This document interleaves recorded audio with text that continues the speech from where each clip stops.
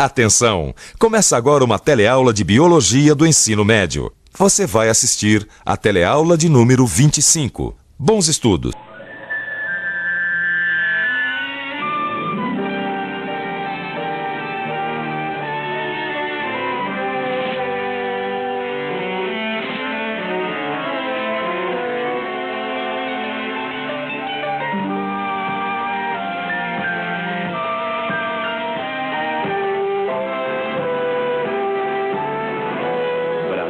Trabalho e paz. De mãos dadas é mais fácil.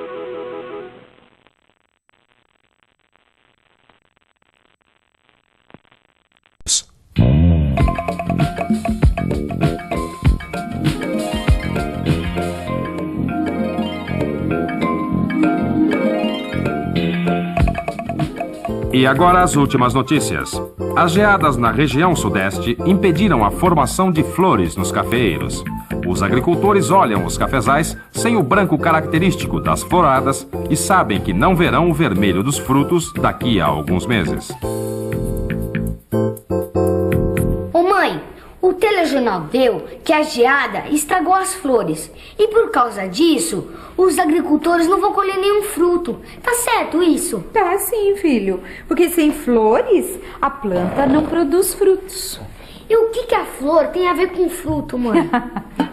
Se você também está em dúvida, calma aí. Porque assistindo a nossa teleaula de hoje, você vai aprender direitinho o que as flores têm a ver com os frutos. Mas tem mais. Você vai conhecer os órgãos reprodutores das plantas. Vai aprender o que é polinização e fecundação.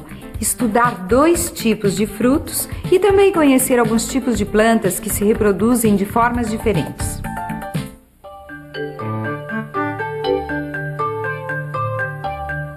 Quantos frutos tem nessa cesta aqui? E quais são eles? Abacate, laranja. Maracujá. Pra mim tem 3, né? Esse. Abacate, laranja e maracujá. Tudo que tem nessa cesta aqui são frutos. Você sabia disso? Acontece que em biologia, fruto não é o que normalmente nós chamamos de fruta. Fruto é a estrutura gerada pelos vegetais floríferos. É o local onde estão as sementes. Os frutos resultam do desenvolvimento do ovário das flores. Para entender isso melhor, preste atenção nessa teleaula. Nós vamos estudar a vida sexual das plantas. Vamos começar pelos órgãos reprodutores, que estão todos numa flor como esta aqui. É que normalmente nos vegetais, os órgãos femininos e masculinos estão localizados na mesma flor. O órgão reprodutor feminino, chamado gineceu, é composto pelo estigma e pelo ovário, onde se desenvolve o óvulo. O óvulo, quando fecundado, se transforma em semente. No órgão reprodutor masculino, chamado androceu, são produzidos os grãos de pólen. Quando o núcleo reprodutivo do pólen de uma flor encontra o óvulo de uma outra flor da mesma espécie, ocorre a fecundação. Só que para os grãos de pólen de uma flor encontrarem o óvulo de outra flor, ou melhor, para acontecer a fecundação, tem que ocorrer antes a polinização, isto é, os grãos de pólen, aqui, eles precisam ser transportados de uma flor para outra. Quem faz esse transporte são os agentes polinizadores: vento, água, os insetos, passarinhos, morcegos. Normalmente, os agentes polinizadores carregam grãos de pólen de flores de diferentes espécies ao mesmo tempo. Por isso, quanto maior o número de grãos de pólen produzidos pelo androceu, maior vai ser a chance de ocorrer a fecundação. Afinal, o grão de pólen tem que chegar até o estigma de uma outra flor da mesma espécie. As gramíneas, como a cana-de-açúcar e o milho, são exemplos de plantas que produzem uma grande quantidade de grãos de pólen. Elas são polinizadas com auxílio do vento. Isso acontece porque os grãos de pólen são microscópicos e muito leves. Você sabe o que são grãos de pólen?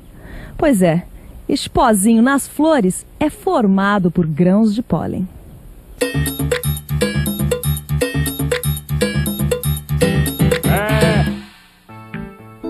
No ambiente, o excesso de pólen, principalmente de gramíneas, pode provocar reações alérgicas em muitas pessoas. é a febre do feno, que causa inflamação dos olhos, do trato respiratório superior, espirros, febre e até asma. Ô, mãe, o que vai ter pro almoço? Arroz, feijão, bife, salada e de sobremesa, creme de abacate. Ô, mãe, o abacate é um fruto que veio de uma flor que foi polinizada. E o feijão? Ele é um fruto? Fruto? Não, filho, feijão é semente. Como que é isso, mãe? Se a gente come o abacate, que é um fruto, e joga a semente fora, se o feijão é uma semente, o que aconteceu com o fruto? Para responder a essa pergunta, vamos acompanhar a formação de dois frutos, o fruto do feijoeiro e do abacateiro. Quando o grão de pólen chega no estigma, ele desenvolve o tubo polínico, que contém as células reprodutivas masculinas, ou seja, o núcleo reprodutivo. Através do tubo polínico, as células reprodutivas masculinas chegam ao ovário, que contém vários óvulos. Quando um grão de pólen encontra um óvulo, acontece a fecundação. O núcleo reprodutivo do tubo polínico encontra o óvulo e aí a fecundação. E o que acontece depois da fecundação? Quem vai explicar isso melhor para a gente é o Luiz, que é agrônomo e trabalha aqui nesse sítio. Por favor. Depois da fecundação, os óvulos se transformam em sementes e o ovário se transforma no fruto. A vagem, então, é o fruto do feijoeiro. E esse processo é sempre bem sucedido? O que acontece quando não há fecundação? Sem fecundação, o ovário se desprende e cai. Não gera nem frutos nem sementes. E o que garante o desenvolvimento do óvulo em semente e do ovário em fruto quando há fecundação? Para garantir a manutenção e o crescimento do ovário da flor, existe um hormônio com uma função especial no momento da fecundação, a auxina. A auxina do pólen é importante para o início do desenvolvimento do fruto. Depois, a semente produz a auxina responsável pelo término do desenvolvimento do fruto. E depois o que acontece? Quando as sementes ficam maduras, a vagem seca. E se não for colhida, ela estoura, isto é, se rompe abruptamente, deixando as sementes cair no chão. Ô mãe, agora eu quero saber por que o abacate tem tanta carne em volta da semente. E por que a semente do feijão fica solta dentro da vagem? O óvulo da flor do abacateiro também se transforma em semente e o ovário em fruto. Só que no caso do abacate e de alguns outros frutos, durante o desenvolvimento do ovário, há um acúmulo de substâncias nutritivas, formando essa parte suculenta que a gente come. Vários outros frutos acumulam essas substâncias nutritivas. O tomate, o pepino, a laranja. E por causa disso, eles são chamados de frutos carnosos. O feijão, o algodão, a mamona e o amendoim, entre outros, que não acumulam substâncias nutritivas, são chamados de frutos secos. A semente dos frutos é composta por uma parte rica em materiais úteis para o crescimento do embrião que está dentro dela. Quando falamos em reprodução sexuada de vegetais, estamos falando da formação de embriões que ficam dentro da semente. Prontinho. Agora, enquanto o feijão cozinha, eu vou aproveitar para plantar a minha violeta. Plantar folha, mãe? Não precisa primeiro pegar a flor, polinizar, fecundar, o ovário virar fruto, o óvulo virar semente para depois plantar? As violetas e vários outros vegetais se reproduzem de formas diferentes da que a gente viu até agora. Elas geram descendentes sem a participação das flores. As violetas, por exemplo, produzem novas plantas a partir das folhas. Para se produzir uma nova roseira, basta cortar um pedaço do caule e plantar na terra, para enraizar. Essa forma de gerar novas plantas a partir de estacas se chama estaquia. A grama tem caules subterrâneos que formam brotos, que por sua vez desenvolvem novas plantas. Todas as formas de gerar novas plantas sem o encontro de células reprodutivas são chamadas de reprodução assexuada. Todas as plantas produzidas dessa maneira têm as mesmas características genéticas da planta-mãe. E foi percebendo isso que os homens criaram algumas técnicas especiais.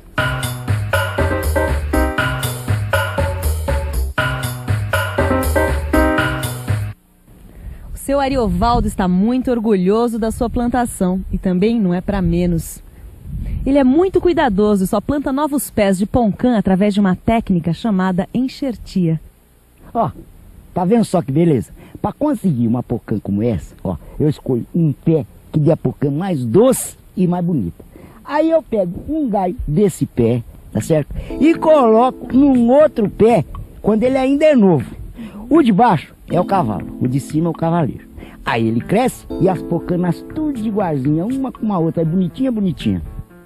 Mas a enxertia, além de algumas vantagens, tem também alguns problemas, não é isso? Ah, é, mas os frutos que eu produzo, eles têm as mesmas qualidades da planta-mãe, sabe? E as mesmas desvantagens também, porque se a planta-mãe tiver tendência a qualquer tipo de praga, o pomar vai tudo embora, vai tudo junto. É isso aí. Enquanto seu Ariovaldo continua com o seu trabalho, nós vamos ficar com a revisão. E atenção, se liga aí que é hora da revisão. Na teleaula de hoje, você viu que na reprodução sexuada das plantas acontece um encontro entre a célula reprodutora masculina, dentro do grão de pólen, e a célula reprodutora feminina, o óvulo. Na reprodução assexuada, não existe esse encontro. As flores possuem órgãos masculinos e femininos. O órgão feminino, ou gineceu, é formado pelo estigma e pelo ovário e produz óvulos. O órgão masculino é o androceu e produz grãos de pólen, no qual está a célula reprodutiva masculina. Quando uma flor é polinizada por outra da mesma espécie, ocorre a fecundação. Após a fecundação, o ovário da flor forma o fruto e o óvulo forma a semente. Dentro da semente está o embrião. A semente é composta por uma parte rica em materiais úteis para o crescimento do embrião. Homem, obrigada. Observar as plantas é um ótimo jeito de aprender. No seu livro, você vai encontrar algumas dicas de como plantar, por exemplo, um pé de feijão.